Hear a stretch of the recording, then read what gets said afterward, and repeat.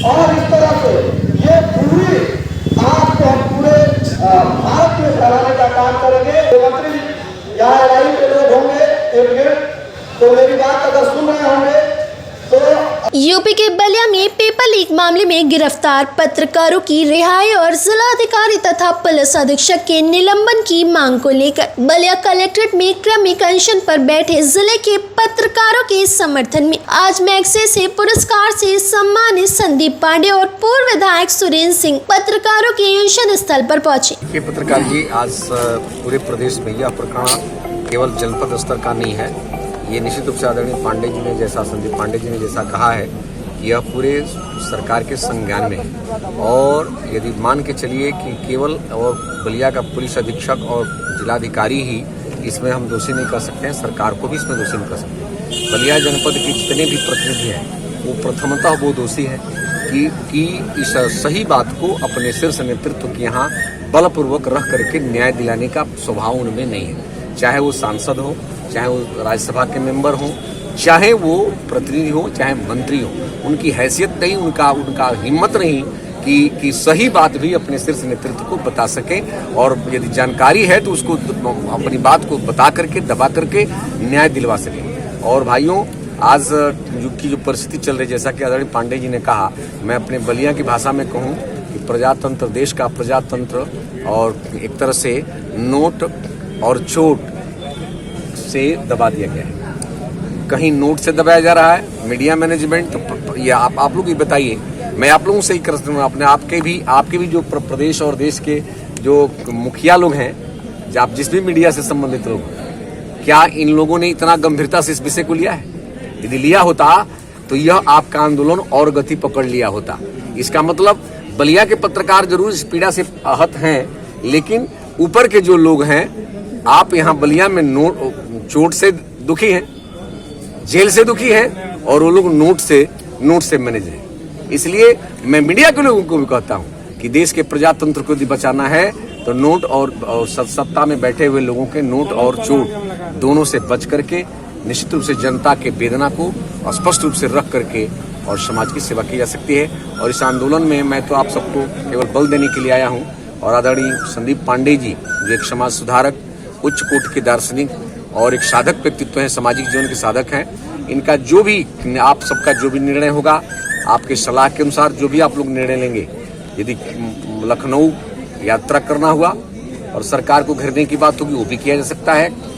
नहीं तो जीवन का अंत करके भी बलिया की धरती पर निर्दोष पत्रकारों को न्याय दिलाने का हम लोग प्रयास करेंगे।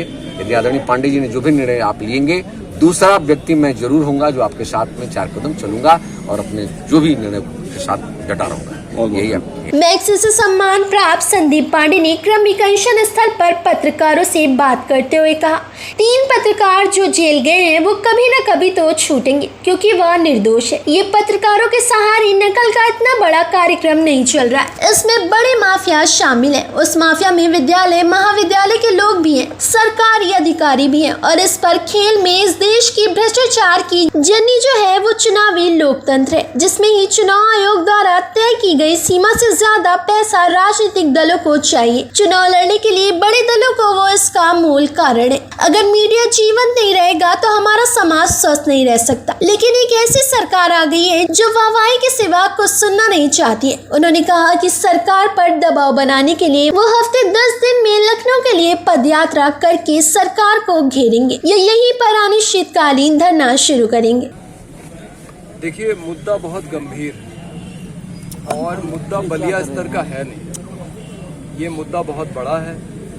मतलब मेरे ख्याल से पूरे यूपी बिहार का तो है ही है, अगर पूरे भारत का ना भी हो तो यूपी बिहार में जिस तरह से नकल करके नौजवान नवयुवतियां अपने इम्तिहान पास कर रहे हैं, ये कोई देश के लिए बहुत शुभ संकेत नहीं है। आप ऐसी एक खेप तैयार कर रहे हैं नौजवानों नवयुवतियों की, और आज से नहीं, मेरी व्यक्तिगत जानकारी में 30 साल से ये समस्या बलिया में है, शायद उससे पुरानी समस्या है, पर 30 साल से तो मैं जानता हूँ, मैं देख रहा हूँ इसको। तो ये ऐसी समस्या में हाथ डाल दिया है इन्होंने कि ये मधुमक्खी का छत्ता है। 3 पत्रकार जो जेल गए हैं वो तो छोटी बात है, वो तो छूटेंगे, कभी न कभी छूटना ही है उनको, क्योंकि वो गलत जेल गए हैं।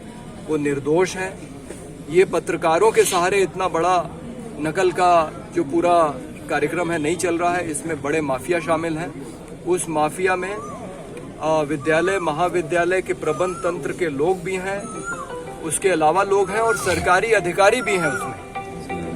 और ये पूरा जो खेल है ये इस देश में भ्रष्टाचार की जो जननी है, यानी कि यहाँ का जो चुनावी लोकतंत्र है, जिसमें कि चुनाव आयोग द्वारा तय की गई सीमा से ज़्यादा पैसा राजनीतिक दलों को चाहिए चुनाव लड़ने के लिए, बड़े दलों के लिए, वो इसका मूल कारण है। तो ये बहुत एक गंभीर मामले में हाथ डाला है हमारे पत्रकार साथियों ने, और इसीलिए मैं इस लड़ाई में आया हूँ। हमारे साथ बलिया के पूर्व विधायक सुरेंद्र सिंह जी भी बैठे हुए हैं, वो भी एक जमीनी संघर्ष करने वाले एक व्यक्तित्व हैं, इसलिए वो भी इस लड़ाई में कूदे हैं। जो भी ईमानदार आदमी होगा वो इस लड़ाई में आएगा ही। जो भी इस देश के लिए, जिसके मन में जरा सी भी चिंता होगी, जो भी इस देश को चाहता होगा, हम सिर्फ उनकी बात नहीं कर रहे हैं जो कोका कोला का पानी पी के भारत माता की जय के नारे लगाते हैं। जो वास्तव में इस देश से प्रेम करते हैं, कोई नहीं चाहेगा कि नकल करके यहाँ का विद्यार्थी पास हो।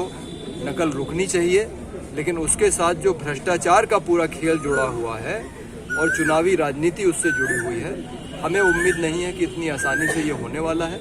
लेकिन हम लोग कोई कसर नहीं इसमें छोड़ने वाले हैं कि ये पूरा नकल का कार्यक्रम ये बंद हो। नहीं, बिल्कुल ये बात सही है। प्रेस की स्वतंत्रता इस देश में 2 बार खतरे में आई है।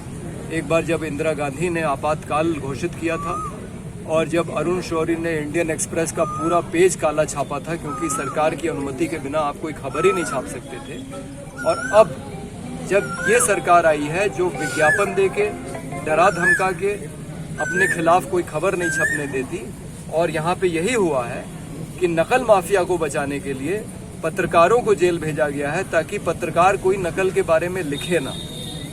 तो ये अभिव्यक्ति की स्वतंत्रता को दबाने की बात तो है ही, लेकिन उससे गंभीर बात यह है कि मीडिया लोकतंत्र का चौथा स्तंभ है। अगर मीडिया जीवंत नहीं रहेगा तो हमारा समाज स्वस्थ नहीं रह सकता। ये बात अमर्त्य सेन ने अपने रिसर्च में दिखाई है कि चीन में अकाल पड़ते रहे, लेकिन भारत में अकाल पड़ने बंद हुए आज़ादी के बाद, क्योंकि यहाँ की मीडिया स्वतंत्र थी, वो हमेशा हर एक मामले को उठाती है। तो जब तक हम समाज की बुराइयां हैं, हमारी कमियां हैं, उसको हम उजागर नहीं करेंगे तो हम उसको दूर कैसे करेंगे। लेकिन एक ऐसी अजीब सरकार आ गई है जो अपनी वाहवाही के सिवाय और कुछ सुनना ही नहीं चाहती है। ये लोकतंत्र के लिए बहुत बड़े खतरे की बात है। धन्यवाद। हमारे तमाम गाजीपुर, मऊ, आजमगढ़, मिर्जापुर, कानपुर, तमाम जिलों से हमारे पत्रकार साथी चुनाव और इस तरह से ये पूरी आप तो हम पूरे भारत में फैलाने का काम करेंगे। मुख्यमंत्री यहाँ लड़ाई के लोग होंगे एक मिनट, तो मेरी बात अगर सुन रहे होंगे तो अपनी जा रही है, और हम अगर नहीं चाहते, हम अगर इनको ऐसे ही। फिलहाल इस खबर में बस इतना ही। प्रदेश अध्यक्ष रामचंद्र सिंह का भी मैं स्वागत अभिनंदन करते हैं। हमारे तमाम साथी, हमारे